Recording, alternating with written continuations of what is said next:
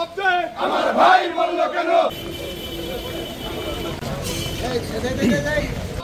খুনি তোদের রক্ষা নাই খুনি তোদের রক্ষা নাই খুন হয়েছে আমার ভাই। একটি কথা বলি, ঘটনার 3 দিন পার হতে চলেছে, আজকের প্রশাসন এখনো কুম্ভকর্ণে ঘুমাচ্ছে। কেন আজকে আসামিদের গ্রেপ্তার হয় নাই?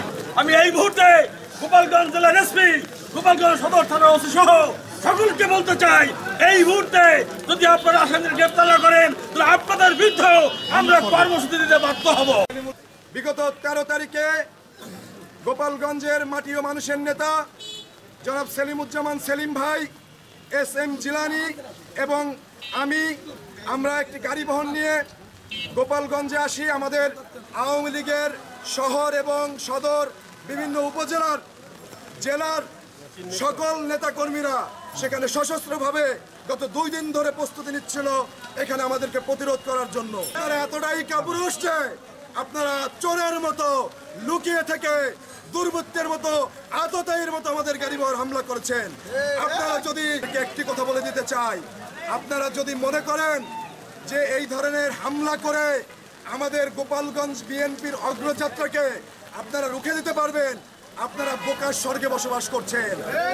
আপনারা জেনে রাখুন, এই আওয়ামী লীগ বাংলাদেশের রাজনীতি থেকে শেখ হাসিনা যেদিন পালিয়ে গেছে সেদিন এর বিলুপ্তি ঘটেছে। বিপ্লবী সভাপতি SM জিলানি ভাই সহ কেন্দ্রীয় সংসদের ক্রীড়া সম্পাদক দিদার ভাইকে হত্যার মাধ্যমে আওয়ামী লীগ গোপালগঞ্জে যে রামরাজত্ব সেনাবাহিনীর উপর হামলা করে চালিয়েছিল, সেই রামরাজত্ব, সেই ঘুমিয়ে থাকা লুকিয়ে থাকা সন্ত্রাসীরা সংঘবদ্ধ হয়ে গোপালগঞ্জকে অস্থিতিশীল করতে চাচ্ছে। আমরা জাতীয় কণ্ঠে বলতে চাই, এই সন্ত্রাসী কুচক্রী মহলদের অবিলম্বে গ্রেপ্তার করতে হবে। আপনারা নিশ্চয়ই জানেন, গত 13 তারিখে আমরা আমাদের নেতা সেলিমুজ্জামান সেলিম এবং স্বেচ্ছাসেবক দলের কেন্দ্রীয় সংগ্রামী সভাপতি SM জিলানি ভাইয়ের আগমন উপলক্ষে আমরা বেদগ্রামে একটা শান্তিপূর্ণ পথসভা করি। প্রথম সভা শেষে যখন জিলানি ভাইয়ের নিজ বাড়িতে তার বাবা মায়ের কবর জিয়ারতের উদ্দেশ্যে রওনা হয়, প্রতিমধ্যে আওয়ামী সন্ত্রাসী তারা ঘোরাপাড়া মোড়ে তাদের গাড়ি ভাঙচুর এবং নির্মমভাবে তাদের উপর আক্রমণ করা হয়।